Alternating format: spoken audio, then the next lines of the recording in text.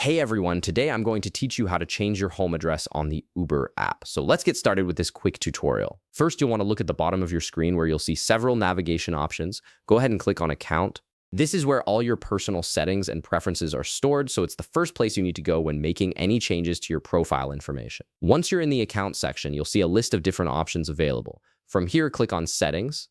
This section controls everything from payment methods to saved locations, and it's essential for managing how Uber works for you on a daily basis. Now, within the settings menu, you need to click on Shortcuts. This is where Uber stores your frequently used addresses like home and work, making it faster to request rides to these locations without typing the full address every time. It's a really convenient feature that saves you time when you're in a hurry. On this screen, you can see home listed as one of your saved shortcuts. Right beside it, you'll notice 3 dots. Go ahead and click those 3 dots.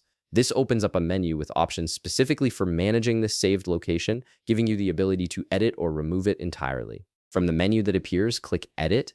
This action takes you into the editing mode for your home address, where you can update the information to reflect your new location. It's a straightforward process that lets you keep your shortcuts current without any hassle. Next, you'll see a field labeled Address. Click on Address to activate the search function.